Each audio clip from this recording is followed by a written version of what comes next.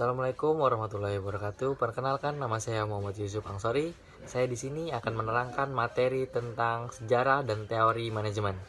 Nah, ya, simak ya materi pada hari ini. Sejarah dan teori manajemen. Sejarah perkembangan manajemen. Sejarah perkembangan manajemen tidak jauh berbeda dengan perkembangan manusia itu sendiri. Artinya, bahwa manajemen telah berlangsung sejak manusia itu berada di bumi ini, seiring dengan perkembangan dan tuntutan manusia untuk memenuhi kebutuhan hidupnya. B. Teori-teori manajemen. Di antaranya ada teori manajemen ilmiah, teori manajemen klasik, teori perilaku organisasi, teori kuantitatif, analisis sistem, teori kontingensi, dan manajemen hasil. Teori manajemen ilmiah. Gerakan manajemen ilmiah dikembangkan oleh insinyur Amerika Serikat dan Eropa untuk mengelola suatu perusahaan. Terdapat beberapa variabel yang diperhatikan dalam manajemen ilmiah, di antaranya 1. Pentingnya peranan manajemen dalam menggerakkan dan meningkatkan produktivitas perusahaan. 2. Mengangkat dan pemanfaatan tenaga kerja dengan persyaratan-persyaratannya. 3. Tanggung jawab kesejahteraan pegawai atau karyawan. 4. Kondisi yang cukup untuk meningkatkan produktivitas kerja. Frederick Taylor 1856 sampai 1915 menyampaikan penerapan metode ilmiah pada studi, analisis, dan pemecahan masalah-masalah organisasi. 2. Seperangkat mekanisme atau teknik untuk meningkatkan efisiensi kerja organisasi. Adapun prinsip dasar penerapan pendekatan ilmiah pada manajemen, di antaranya 1. Pengembangan metode-metode ilmiah dalam manajemen. 2. Seleksi ilmiah untuk karyawan. Sumbangan manajemen ilmiah. 1. Teknik-teknik efisien menyebabkan kegiatan dapat dilaksanakan lebih efisien. 2. Seleksi dan pengembangan ilmiah karyawan menimbulkan kesadaran pentingnya kemampuan dan latihan untuk meningkatkan efektivitas karyawan. 3. Desain kerja mendorong manajer untuk melakukan cara terbaik untuk melaksanakan tugas. Adapun keterbatasan, di antaranya 1. Kenaikan produktivitas sering tidak diiringi kenaikan pendapat. 2. Perilaku manusia bermacam-macam menjadi hambatan. 3. Pendekatan rasional hanya memuaskan kebutuhan ekonomi dan fisik, tidak memuaskan kebutuhan sosial karyawan. 4. Manajemen ilmiah mengabaikan keinginan manusia terhadap kepuasan kerja. Teori manajemen klasik. Awal sekali ilmu manajemen timbul akibat terjadinya revolusi industri di Inggris pada abad ke-18. Para pemikir tersebut memberikan perhatian terhadap masalah-masalah manajemen yang timbul baik itu di kalangan usahawan, industri maupun masyarakat. Harry Fayol tahun 1941 sampai 1925.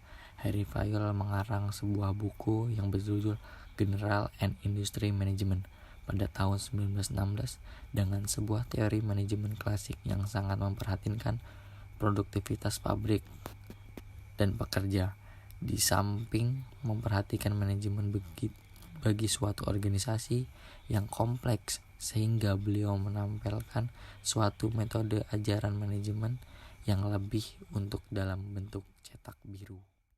Fayol membagikan kegiatan dan operasi perusahaan ke dalam 6 macam kegiatan. Di antaranya 1. Teknis, yaitu berusaha menghasilkan dan membuat barang-barang produksi. 2. Dagang, dengan cara mendagangkan pembelian bahan mentah dan menjual hasil produksi. 3. Keuangan, atau pencarian dan penggunaan optimum atau modal, berusaha mendapatkan dan menggunakan modal. 4. Keamanan, atau pelindung harta milik dan manusia, berupa melindungi pekerja dan barang-barang kekayaan perusahaan. 5. Akuntansi, dengan adanya pencatatan dan pembukaan biaya, utang, keuntungan dan neraca, serta berbagai data statistik. 6. Manajerial yang terdiri dari fungsi-fungsi manajemen. Teori perilaku organisasi merupakan pengembangan dari aliran hubungan manusia. Prinsip dasar perilaku organisasi adalah A. Manajemen dipandang sebagai satu proses teknik yang ketat.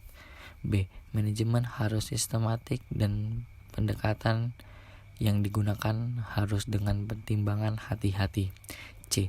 Organisasi sebagai suatu keseluruhan dan pendekatan manajemen individual untuk pengawasan harus sesuai situasi. D. Pendekatan motivasional yang menghasilkan komitmen pekerja terhadap organisasi sangat dibutuhkan. Adapun tokoh-tokoh perilaku organisasi, dan antaranya Abraham Maslow adalah hierarki kebutuhan manusia. Douglas MacGregor adalah teori X dan Y. Friedrich Herzberg adalah teori motivasi hierogenes atau teori dua faktor. Chris Agries adalah teori kepribadian dan organisasi.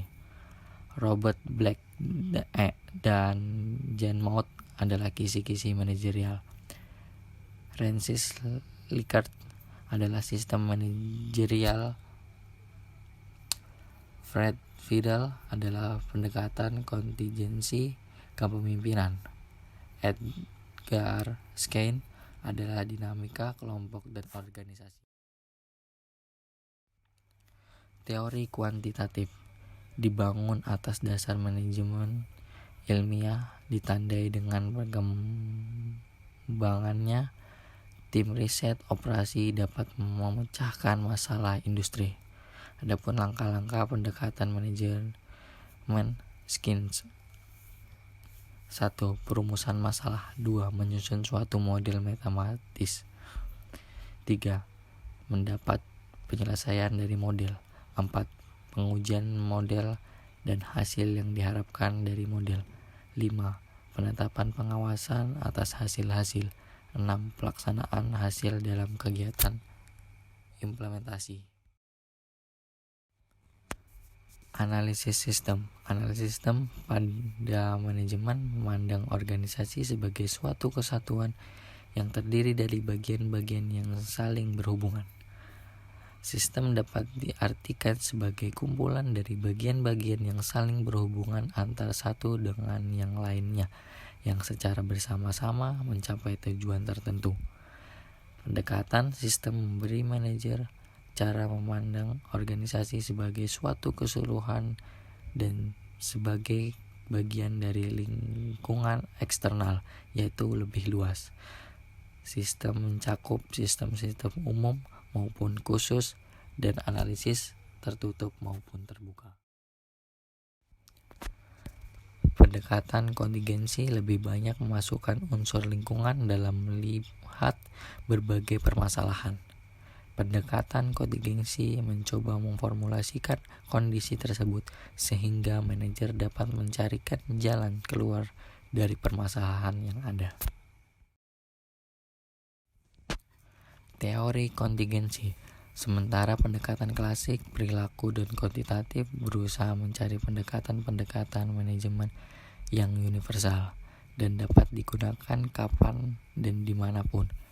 Pendekatan kontingensi justru berusaha untuk menyesuaikan antar tanggapan manajerial dengan peluang dan permasalahan yang ada di dalam berbagai macam situasi. Implementasi dari pendekatan kontingensi telah banyak dipergunakan pada bagian bidang dan fungsi dalam organisasi seperti permasalahan, motivasi, kepemimpinan, strategi, dan penetapan keputusan-keputusan penting.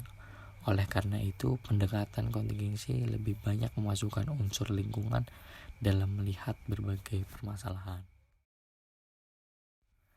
Manajemen hasil dikemukakan Peter Drucker di awal tahun 1950-an.